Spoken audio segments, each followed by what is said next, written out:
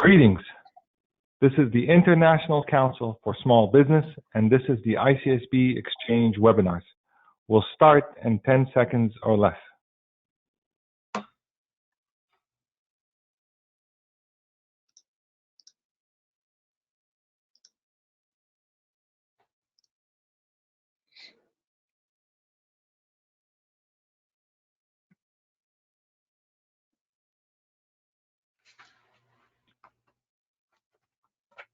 Greetings again.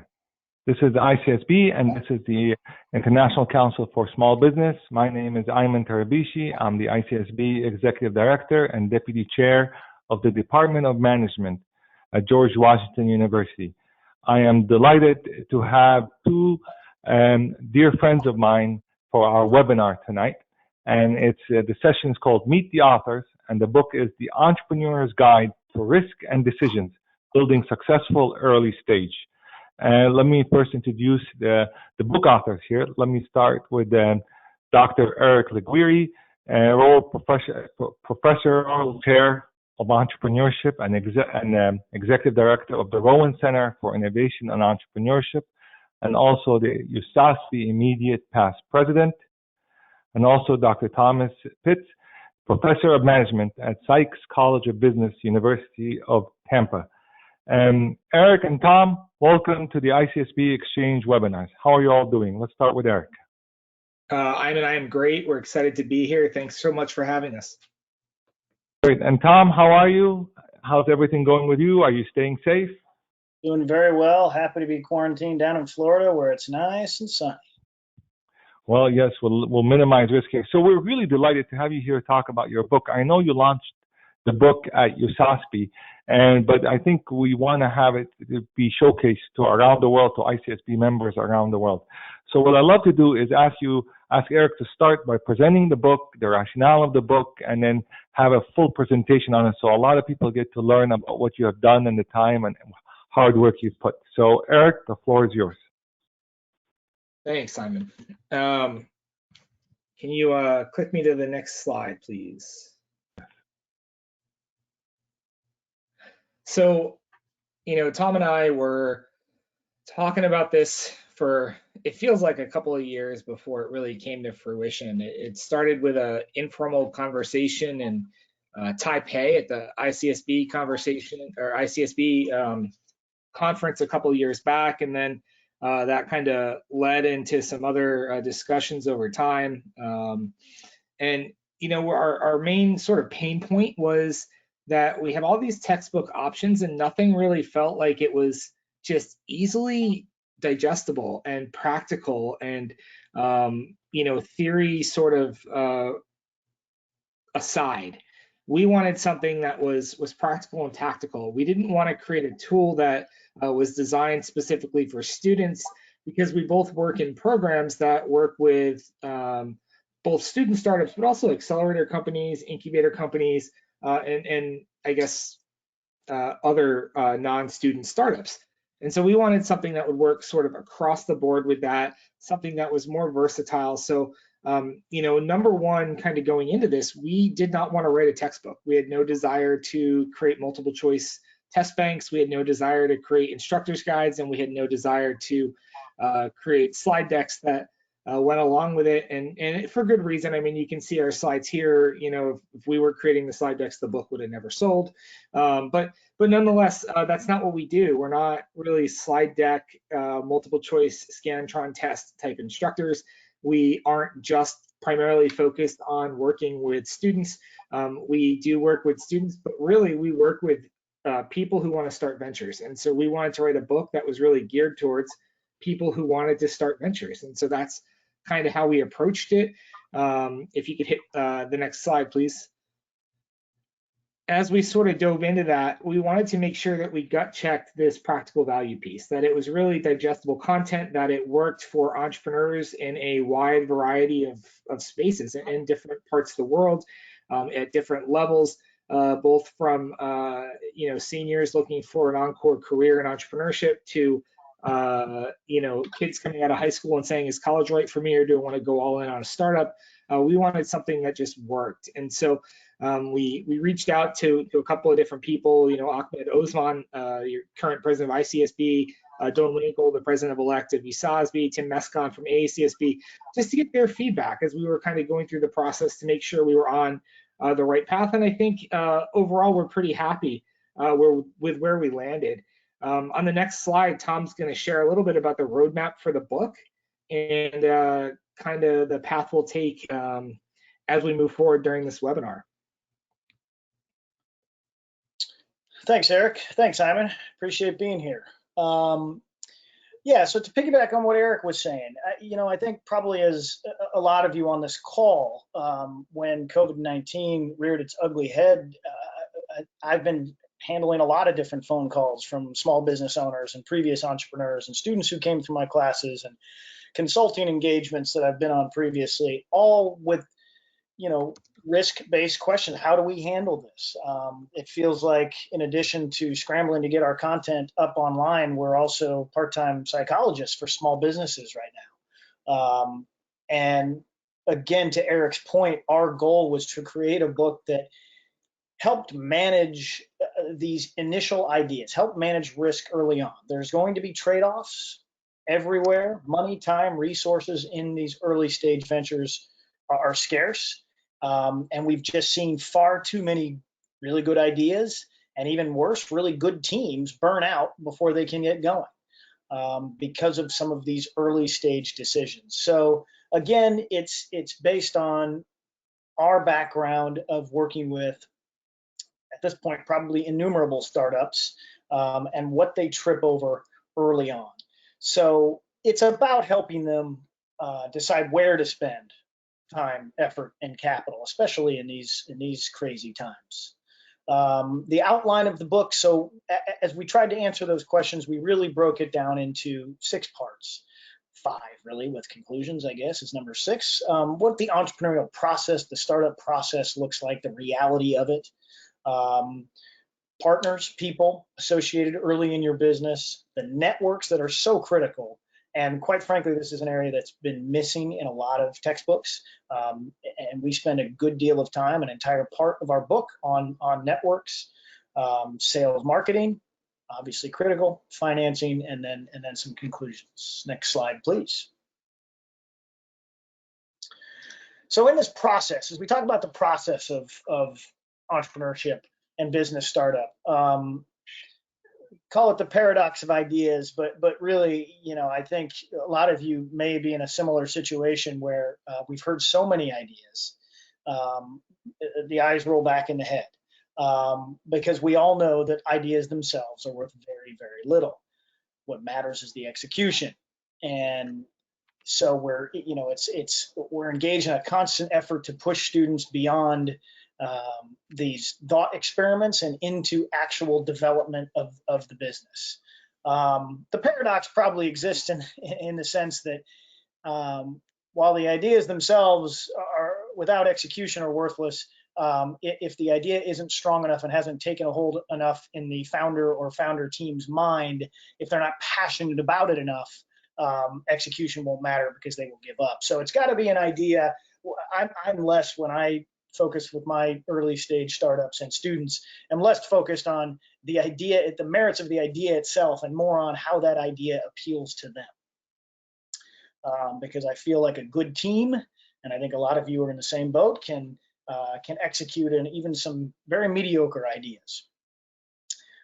And more important, and I guess I should say equally, or maybe even more important to that, we get faced with situations all the time where the founder is so in love with their idea that they refuse to listen to us as mentors, but more importantly, refuse to listen to customers.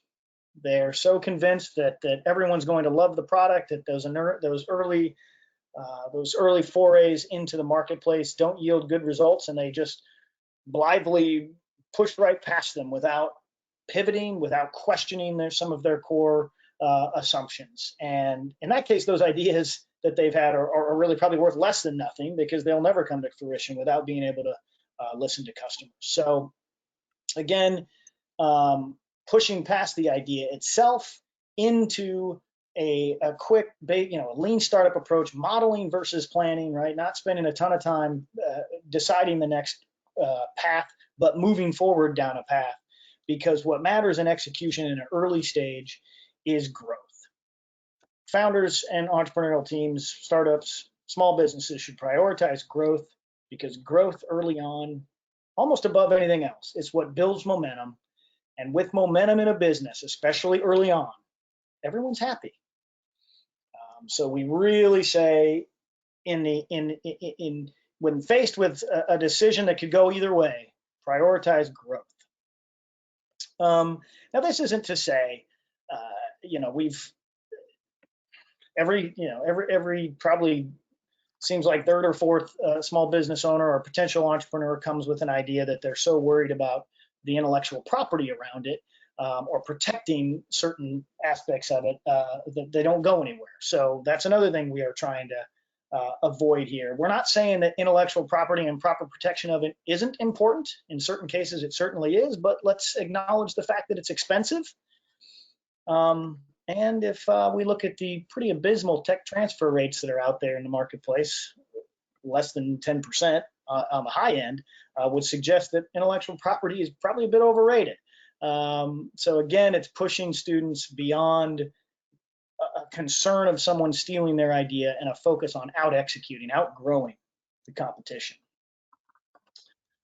Then we talk a bit, in the beginning section, the process portion of the book, we spent a good amount of time on market segmentation and target markets, and finding, more importantly, your early adopters, your alpha customers. This is incredibly important for startups. The advent of the internet and digital marketing opportunities have really democratized the startup process. Because if entrepreneurs are able to properly target their customer base online, and that's hard to do for a lot of them, rich customer feedback, really what we're after in an early stage, is readily available in a virtual setting. So in fact, I have my entire master's cohort. We have a master's of science here at the Lowe Center in Entrepreneurship. And I have my entire cohort, now that we're all stuck online, they've scrapped their early ideas, and they're starting with virtual businesses for the next 7 weeks, mostly just to get them to really focus on that target market and getting feedback from it. Yeah, it's just because, again, the lesson there is that too many, burgeoning entrepreneurs take on too much in terms of a market. And it's better to learn the lessons and build that early momentum with a well-defined target audience. If your alpha customers, if your early adopters are giving you negative feedback or suggesting tweaks to the product or service, those are the folks, that's the information you need early on. Those are the folks you need to listen to. Next slide, please, Iman. Okay, then we spend a good portion of the book on people, on partners. We talk about the importance of finding not only complementary, folks to co-found the business with you, but also the importance of mentors early on with good networks, and seeking out early employees with an eye to integrity and experience that can really help grow your business. One of the ideas we really harp on here is, almost across the board for mentors, partners, and early employees, is to consider using for founders to consider using a trial period, giving them a smaller task, a smaller assignment to see how it goes before they commit not only hard-earned early revenues, but potentially equity with those folks. Consider, if it's a co-founder, consider traveling with a co-founder. Boy, do you learn a lot when you travel with somebody. But find ways to really understand these really important early partners on a deeper level before you sacrifice too much of your business energy into them. And particularly with employees as well. When growth starts and ramps up, if you haven't thought about the culture of your organization, If you haven't at least had some conversations on the owner level, on the founder level, about what your organization will look like, if you haven't created that culture, it will be created for you by your employees. That we know. And culture is, if not the hardest thing to change in an organization, it's up there. So be thoughtful and be direct about what, early on that culture. And it's more than just having a ping pong table in the corner. It's how you handle relationships with customers, with suppliers, right? It's early expectations around a lot of different things beyond just beer on Fridays. Another area where, and I'm kind of coming back to this last in the slide, even though it's second on the list, because it's this important. Eric and I have seen countless startup teams, I should say, fail, blow up because of equity situations early. And in fact, often well before they should be an issue. We tell our students all the time, and we tell our incubator clients all the time that, by the letter of the law, you're in a presumptive partnership when you start working on a project with someone. So being careful about what that team looks like early on is important, but also finding a way to properly incentivize people with equity is incredibly important. And I have to give a lot of credit to Mike Moyer, who wrote an amazing book, really darn good book, called Slicing Pie. And he came up with this idea of a dynamic equity split, which I now use, and I believe Eric does too, for all of my teams, my entrepreneurship teams. It gives them a tool that they can, based on, and this is probably a product of another webinar to go through that entire model, but it gives them a tool that they can reconcile along with their financial statements at the end of every single month, and that equity changes every single month based on contributions, not only working in the in the startup, but also it values contributions of cash, which are incredibly important for an early stage business, and it reconciles contributions of equipment in kind. And it's a really powerful tool and helps put to bed this idea of we're all in this together. And we've all seen the scenario where the developer who's developing the app for the company is working so intently for the first 6 months and gets frustrated about his equity share, and the CEO who has the next project of really marketing and selling this thing is now faced with a situation where his developer is unhappy because of the equity split when the work is not aligned. This puts that to bed with an idea that it all, in a dynamic equity situation, for that example, the developer would have more equity early on that would then be balanced out as the work naturally shifted. A simple example, it would take more to go through the entire model, but a really good opportunity that gets away from that 33% with a 3-founder team that blows up so many businesses. Next slide. So I'll jump in here, Tom. On that last slide, I'll just stress, I also, like Tom mentioned, am a huge fan of Mike Moyer's work, and the notion of dynamic equity splits and vested schedules is just huge. Tom and I practice what we preach here quite a bit. The idea for this book and the idea that we could collaborate on something this substantive for that long of a period of time resulted from us traveling together. Through ICSB on top of it. So let's just bring this full circle. But in all reality, the last time I think I saw Tom in person, aside from the SOSB conference, I was sitting in his office. We were about maybe 90 seconds into conversation when students popped by, and they were coming in, and it was basically an equity discussion. I don't know if I'd go quite so far as to call it a dispute, but it ended up being one of those scenarios where I just kind of sat there and watched Tom sort of masterfully navigate, disparate parties trying to pull this together. you know, it was at that moment where I realized like part of our job as professors is to, you know, be unlicensed and probably actively awful therapists in some ways. And so, I mean, we are kind of living this and breathing this every day in a variety of ways. And really, we just wanted to put together a book that addressed some of the common pitfalls that we really get stuck on. And for me, one of those is networks, and not so much networks as it is networking and leveraging your network for value. And so I think about kind of what's going on there and the dynamic nature of relationships, and we could call it and get very academic, strong ties and weak ties, but really we're talking about the strength of ties and connections with other people, and how do we navigate those, and how do we do a better job of building meaningful connections with people who might be well positioned to be good strategic allies or partners for us, and then how do we move those relationships to a point where there's some sort of a win-win synergy and we can exploit the value there. And I spent a lot of years as a startup weekend organizer in a variety of locations, and went through on the organizing team for a couple of years of Startup Week, and I know Tom has done some of that as well. And you know, we watch the dynamics that interplay there. We go to 1 Million Cups and we see these founders come and present their company to the community, and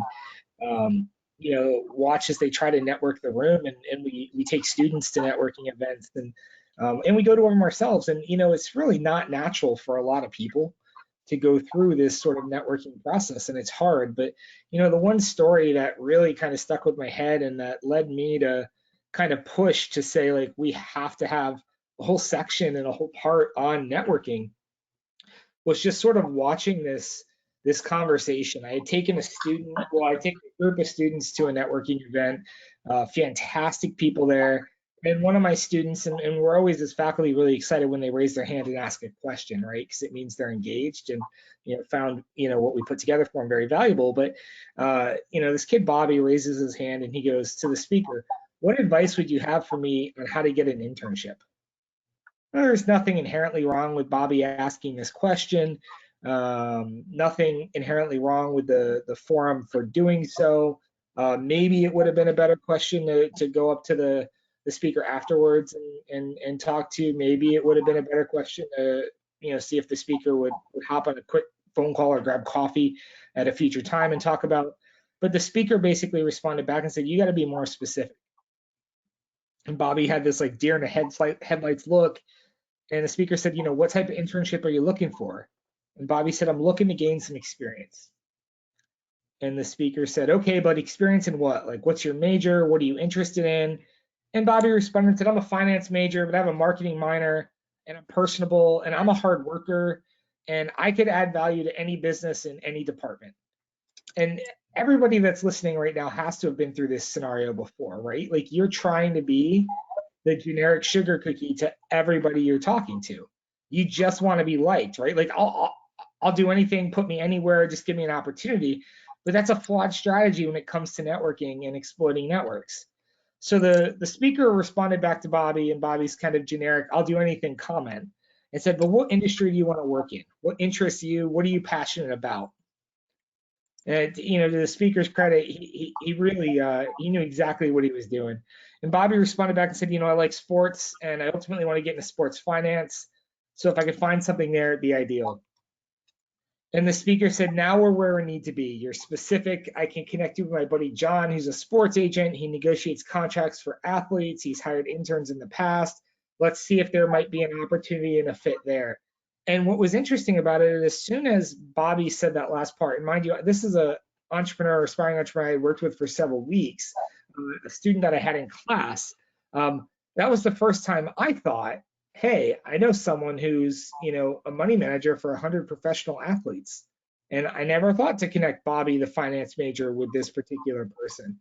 But all that really means to me is that Bobby did a poor job of exploiting me as someone in his network who wanted to try and support him. And I think when you look at what we put together in the book and the way we approached it, is it was really about, what does it take to go and exploit that network? How do you leverage that network? And we talk about things like, what is sufficient? Is it sufficient to reach out to your network and say, hey, I'm interested in X. Can you connect me with someone? And our take on it is it's really not, because you're asking every individual in your network to then index their entire network off the top of their head and report back to you where you think there are synergies. And that's a flawed strategy. We have lots of tools out there, and we discuss some of them in the book, that allow you to ask better questions and allow you to probe deeper to find those meaningful connections in a much more valid way. And that's really what we want entrepreneurs to do. And it's how we want to train them to approach networking events, because there's no shortage, especially in a place like where Tom lives in Tampa. You could go, I'm convinced, to a networking event 363 days a year. Maybe 2 or 3 of them 363 days a year. And probably, one of those could even be startup oriented 363 days a year. And yet there's not going to be a lot of value there, right? You walk in, it might not be the best fit for you. Maybe where you are in this life cycle of networking, you should only be looking for customers and building networks that can connect you to customers, right? You're an early stage startup, you need revenue. That's the most important thing. Connecting with other founders might be futile. We talk about training founders to find the best opportunities for them and to maximize the exploitation of their networks. And we don't do it in a seedy way. We don't want anyone to feel like they're using people. We want you to build those meaningful connections with just the right audiences, and to do it in a way that deepens the connection with the right kind of people, so that there's a win-win or there's some sort of synergy there. And so that's how we really approached part 3 of this book.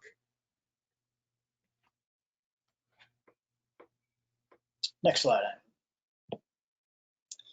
Okay, thanks, Eric. So we talk a bit about sales and marketing, the lifeblood of the organization early on. Entrepreneurs, founders, students struggle at times with the concept of a sales funnel. So we try to really emphasize that. And again, based on today's environment where we're in a sort of a virtual, a digital setting, we spend a lot of time discussing understanding that sales channel, that sales funnel through each marketing channel. So if you're doing Facebook ads or Google search, searches Twitter, Instagram, what should you expect for a click-through rate? What does a conversion rate look like?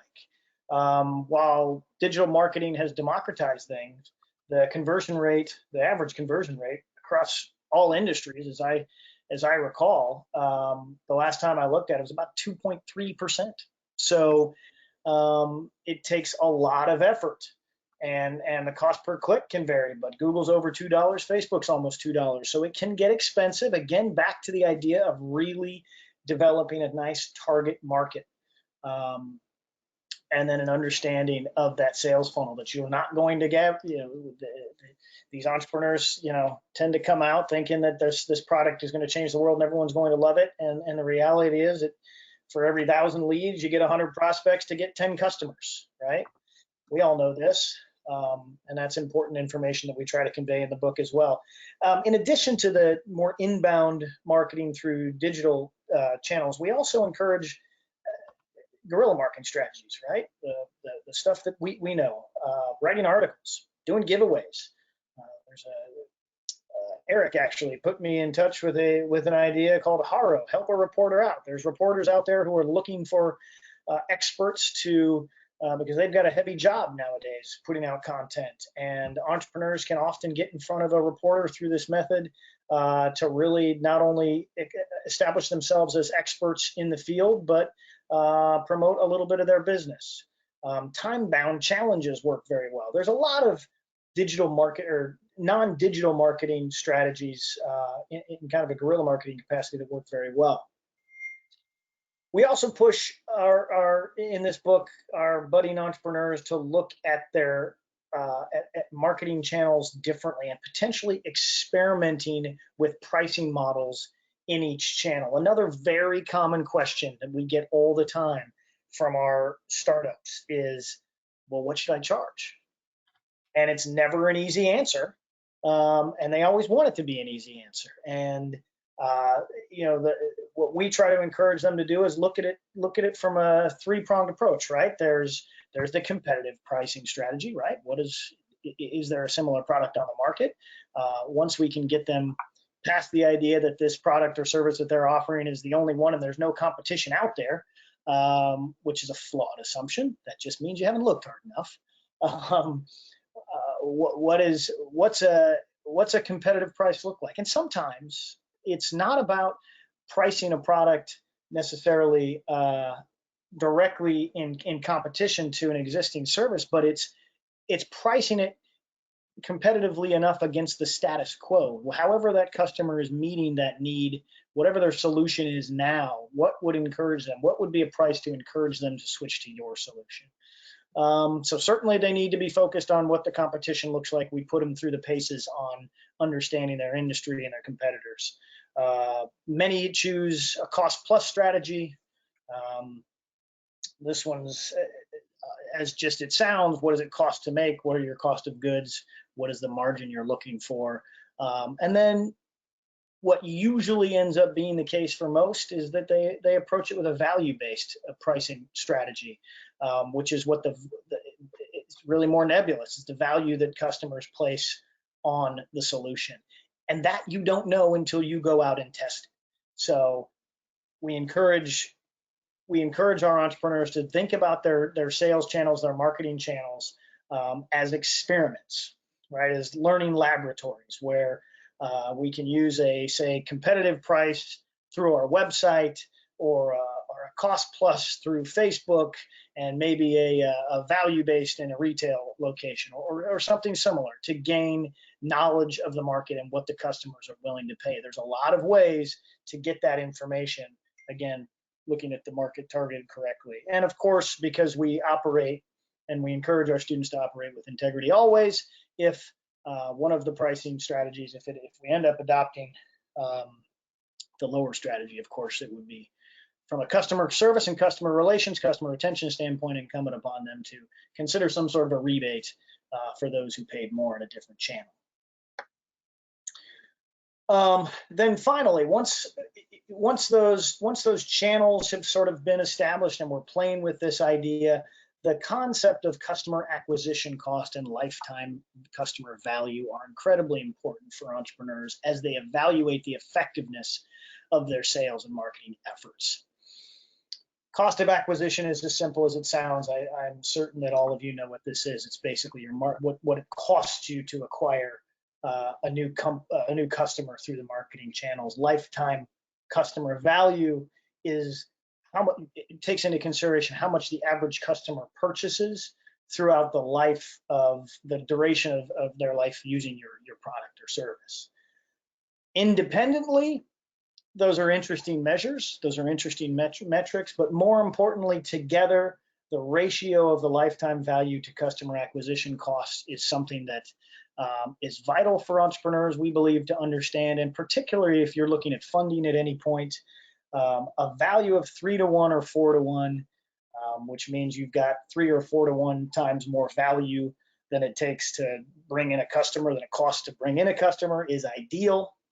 And it gives you a place to sort of balance. If you're closer than if you're 2 to 1 or 1 to 1, chances are you're spending too much on marketing. But more importantly, for a lot of them, if you're 5 to 1 or more, if that ratio gets too high, you may not be spending enough and missing out on potential new customers. That may even be a worse scenario. Next slide, please. Okay. Then toward the end of the book, we tackle financing. We tackle financing at the end on purpose. It's intentional. It's the largest question. There's no doubt about it. This is the question probably we get more than any other. How do we get funds? How do we run it? And the answer is well, the SBA has laid it out for us. In the U.S., we see about 400,000 new startups each year. 62% of those receive less than $50,000 in total startup funding, and 75% of those 400 use personal or family funds to start the business. So the easy answer is it's bootstrapping. It's finding friends and family or tapping into savings. They don't like that answer, but that's the one that that is the answer for most startups. We do, however, talk in great detail about in this chapter about the various equity funding routes, including this really interesting new phenomenon of equity crowdfunding, which has some real potential as students are and startups are building their their content and their stories to consider it when they're ready for an equity crowdfunding platform can be a real good opportunity. We covered debt funding in its various stages. We covered valuations, but we acknowledge that most of it is bootstrapping. And what we are trying to accomplish in this chapter is there are a lot of ways to gain financial literacy around finance, around funding. But we wanted to not only provide a brief detail of the options, but also give them enough information to understand that they don't need to be experts, but to know enough, because many of our students don't come from a business background, but to know enough that the tail doesn't wag the dog. So when they go out and get a first or a later, I guess, middle stage, maybe employee who handles finance, or they outsource, that they understand enough of the financial end of their business to be able to not be taken advantage of. And that's true, that concept of not allowing the tail to wag the dog is true for all support aspects of the business, whether it's the developer, the engineer, the human resources, legal. Too often we've seen folks come in to these startups and to these founders and sort of bury them in jargon, when in reality, what drives the business and should always drive the business is the customer and growth, and everything else can fall in line. And so we spend some time talking about finding the right partners for those areas. Next slide.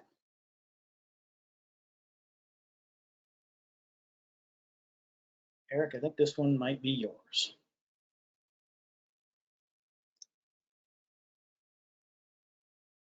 Okay, or not. I'll just do it. All right. Oh, there we go. Sorry, it told me I was muted to click the microphone, but I was clicking the wrong microphone. Oh, Tom, I'm getting old, and old people in technology, it's just not good. As we look at wrapping this up, we wanted a chapter that really talked about just the basics of how to avoid some of the main landmines that we see startups face all the time. And these are things like everything from entity selection and how to set yourself up for liability protection to how to build in systems and processes that keep you out of trouble with people and on the people front. And so what is HR and what is more specifically strategic HR look like in a startup firm? And how do you sort of hack having that HR presence without being able to afford quite a big HR operation? And so we talk a bit about that. We got into different systems and processes that we've seen work really well for a variety of startups. And then we dove into exit strategies. And, Tom really did a fantastic job on these exit strategies and talking through. Tom, do you want to comment on it? He talked through a variety of kind of cool options there for us. Sure. Yeah, I think, I think a lot of entrepreneurs, and it's important. Steve Blank makes a distinction between small businesses and entrepreneurs, and one's a temporary organization, the entrepreneurial side, the startup trying to get an exit, the small business being more of a lifestyle or a family-oriented business, and that's important to consider as you start the business, what you want it to look like at the end. Again, the small business, the lifestyle business route. These are the restaurants that change over generation to generation. The haberdashery on the corner. Do we still have haberdasheries? We ought to. You do. You do. It's online right now. The cobbler, how about cobblers? Yeah. Cobblers. But these are the small businesses with the intent of carrying over for generations, being almost a family heirloom. We have 7 exit strategies that we lay out. A couple of them, the liquidation, where it's an asset sale, not ideal, but we give, not the ideal outcome, but we give some advice about how to handle some of that. The friendly sale, a lot of times this is maybe the most common in our experience of a good exit, where we have an enthusiastic buyer who loves the business, loves the people, loves the idea. A lot of times these are employee stock option plans that end up an ESOP transition. So we offer a little information on there. We talk about acquisitions and the valuation challenges associated with those. We talk about IPOs and the good and the bad, the pros and the cons. Well, you're famous, but now investment bankers get to dictate your life. And is that what you got into business for? We talk about someone who will come in and look to purchase key staff or steal away key staff or purchase IP. What does that look like? And there's not much value placed on the business that way. And how do you value that IP? We offer some advice, and then finally some reality around bankruptcy and what that might look like if it went the wrong way. We put this whole book together really informed by what we do every day. And Tom has just this great background in retail, as well as some other startups that he's run. I actually just signed an operating agreement today and wired some money for a new company we're in the process of acquiring. And there's really nothing in this book that he and I haven't tried ourselves and lived ourselves and wouldn't use again. And that was really our intent. I don't think there's anything wrong with the textbooks that are out there. I don't think there's anything wrong with a lot of the trade books that are out there. But we wanted something that was just more digestible, just faster, just easy for students and nascent entrepreneurs and entrepreneurs alike to use. Something that just cut through the noise and said, here's what worked for us, and here's what we tell others, and here's why. And that's how we kind of put this book together. And we're excited that it launched. It's been out a couple of months. It's been doing pretty well with adoption in a variety of places. And so we're happy to see it kind of hit the market. Iman, if you want to hit the next slide, we can talk a little bit about where it's at. So right now we set up a tiny URL. You can go to tinyurl.com/EGRD2020. That'll take you right to the publisher's page. You can buy the book there. You can buy the book on Amazon. It's like $30. So it's very affordable in the grand scheme of books, so to speak. And if you're not sure or you want to learn more, we've got a great PDF preview on there. You can read the foreword for free from Kevin Harrington, the original shark on Shark Tank. You can also see sort of our preface for the book and all of chapter 1. If there's another part you're interested in learning more about, Tom and I are glad to talk about it, hop on a call, walk through it. We'd even Skype in and talk to your accelerator program or your class a bit about it for a little bit. We put this together with the goal of being able to help the population of aspiring entrepreneurs out there. And so any way we can do that, we're really glad to do it. Iman, thank you so much. We're very glad to take questions. Thank you, Iman. Great, Eric, Tom, this is absolutely fantastic here. And the tone I got from this book is that this book came to a nice conversation, but you realize that there's a need for such a book, a soft touch book, but with very deep topics to discuss. So what I'd like to do now is maybe ask you one or two questions, but I invite the audience and everybody that's attending here to start asking questions. On the right-hand side, there's a section where you can write your questions or comments, and then I'll ask you as well. So let me start with you, Tom, here. You engage with businesses that are actually on the front line, but you're also dealing with students that are thinking about starting or in the midst of starting. What are some of the reactions that you get when you kind of have two different conversations simultaneously with someone that's in the front line and someone that's thinking of starting? What are the things that comes to your mind when you're doing this? Yeah, that's a good question, and sometimes those happen at the same time. Some of our students especially in our master's program, end up, they self-select because they've started something and now are realizing, oh boy, I better figure out what I'm doing here. I think, it depends on obviously the level of where they're at. From an undergraduate perspective, it's about literacy. It's about helping them understand what the process looks like. But by the time they get to when I don't teach too many undergraduates. I spend most of my time in master's programs, executive MBAs, and then with accelerator incubator companies. And by the time they get there, and this was again one of the motivations for this book, Eric and I both. By the time they get there, the information isn't theoretical anymore. It's not in the abstract. It's, oh my gosh, what do I do right now? And our textbooks don't do a good job of answering those questions.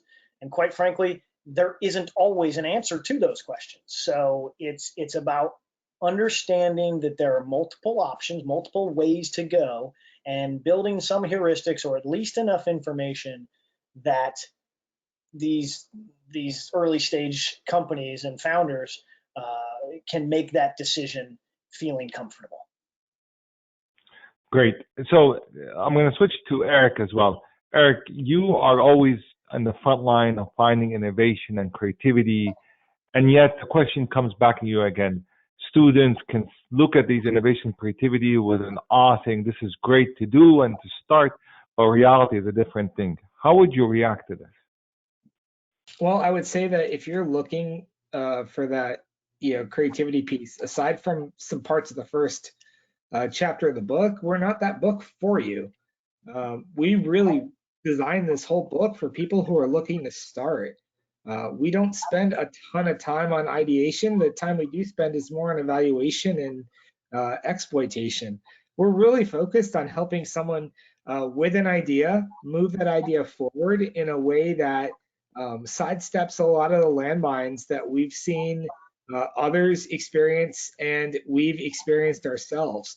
And so, for us, it was really a labor of love to help others avoid kind of stepping on some of the same landmines that we've experienced. And I don't know that we're trying to, in this book, in any way, tell someone you should be an entrepreneur. Obviously, Tom and I have kind of devoted our professional lives to supporting entrepreneurs, but by no means do we want anyone to go and take that leap and to go down that path if it's not right for them.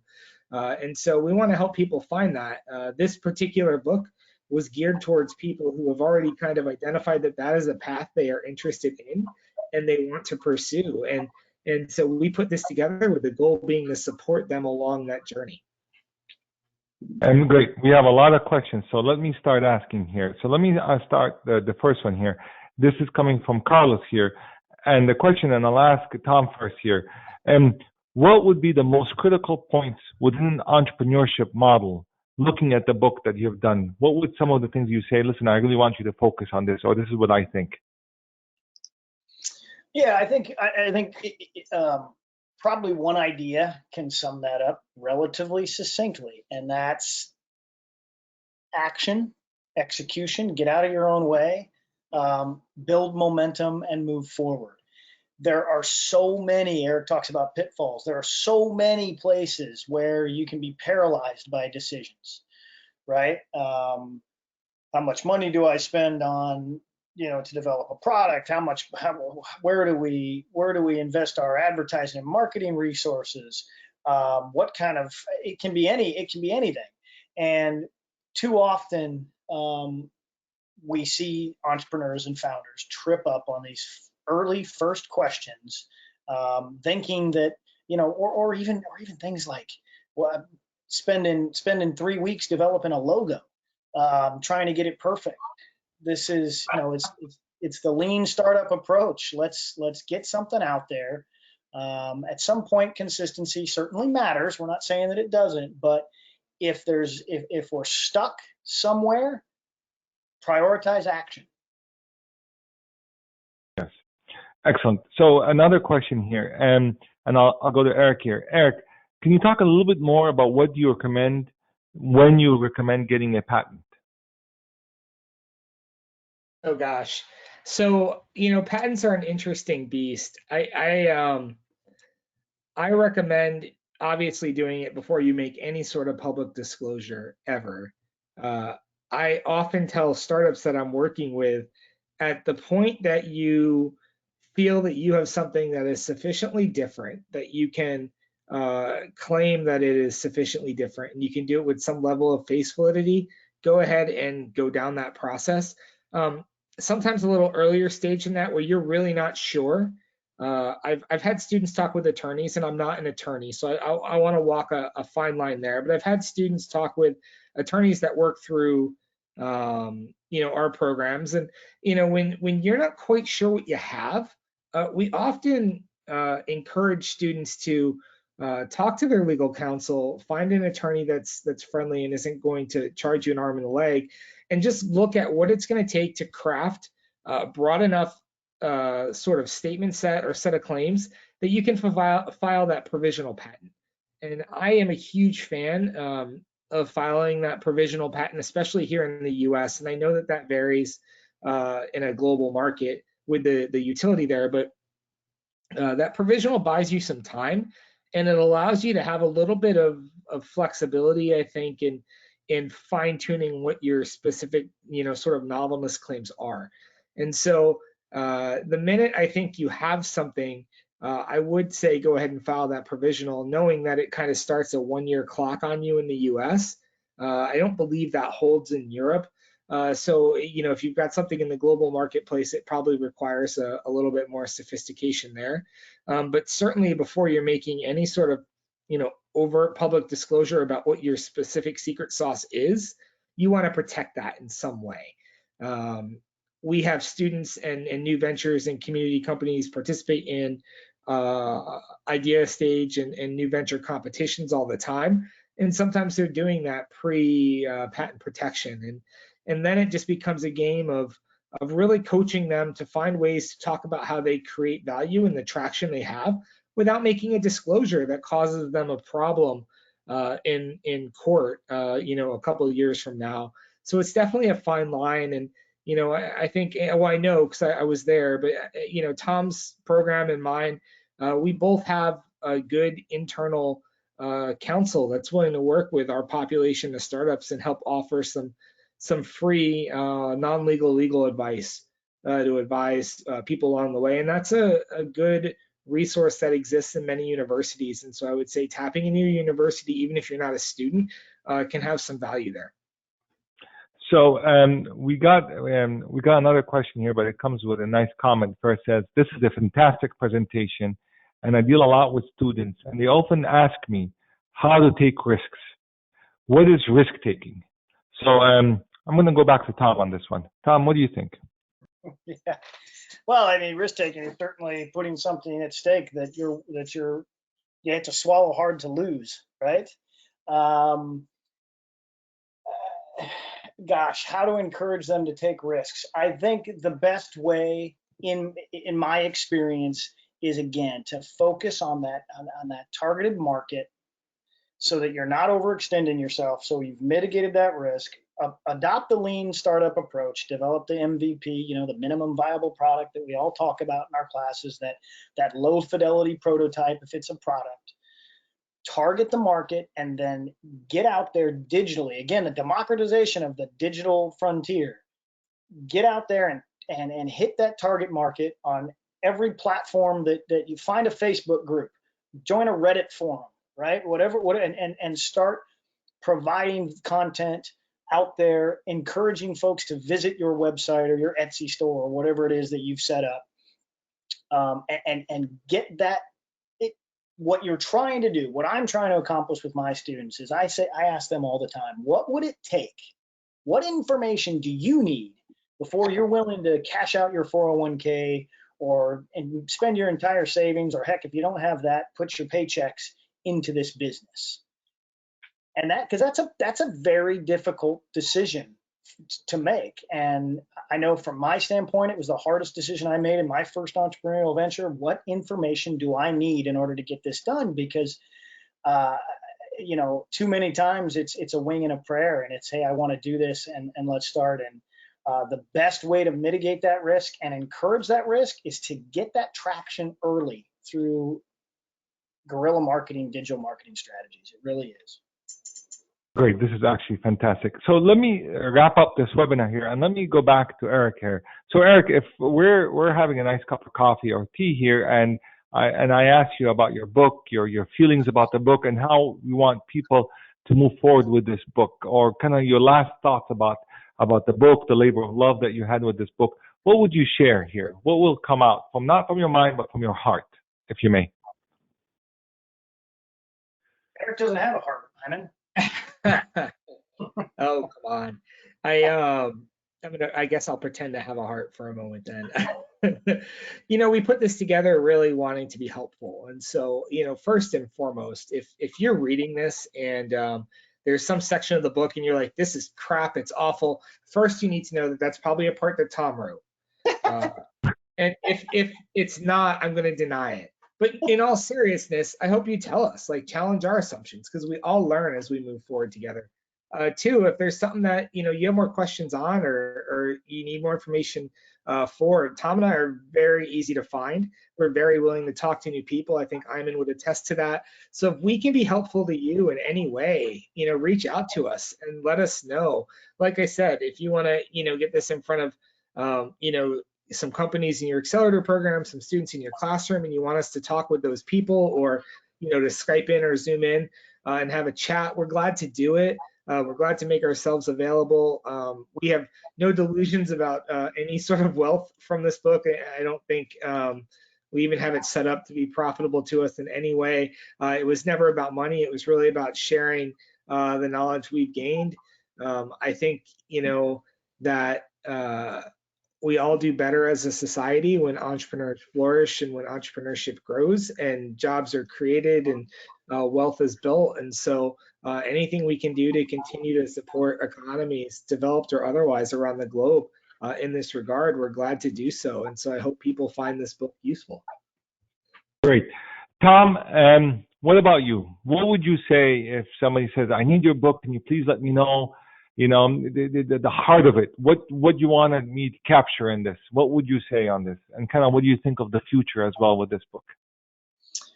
Yeah, I think I would say that if COVID-19 has taught us nothing else already, it's that the stability that we thought is precarious. And we've been talking about the gig economy, the growth of the gig economy for a long time. I think the world of work has certainly changed.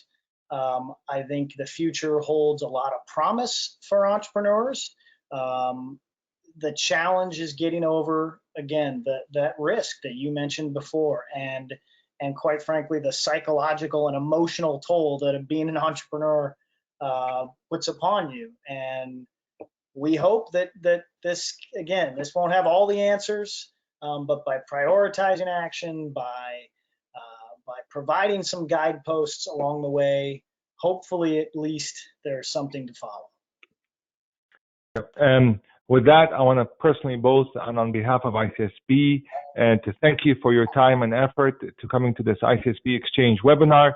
On your book cover, you have a match and lit, and it starts with an idea, but the idea then can turn into a nice flame, and the flame can be of passion, perseverance, and moving forward. And this is what really the book epitomizes. It's two minds coming together to create a book that I think a lot of people are looking forward to reading and using in their classrooms, because the world is changing. There is going to be a new normal here. And the title itself, it's a guide to risk and decisions. And more than ever, that's what we need today. So I really appreciate you both spending the time with ICSB on this exchange webinar. Thanks, Simon. Yeah, thank you. Absolutely. So tomorrow, the ICSB Exchange webinar, we meet another author on the book title called Frugal Innovation, How SMEs Can Do Better with Less. I think the title speaks for itself. And the author is Navi Raju, and he is a New York-based innovation and leadership thinker who advises senior executives. So the title itself is very appealing, and it feeds into our ICSB Exchange series with book authors talking about their cutting-edge books here. I look forward to seeing everybody tomorrow at 10 a.m. to 11. We're switching some times here to pick up our members from Europe. So we'll do 10 a.m. to 11 a.m. tomorrow. Thank you, everybody. Have a wonderful day. Stay safe and wash your hands. Thank you, everybody. Thank you. Thanks, Simon.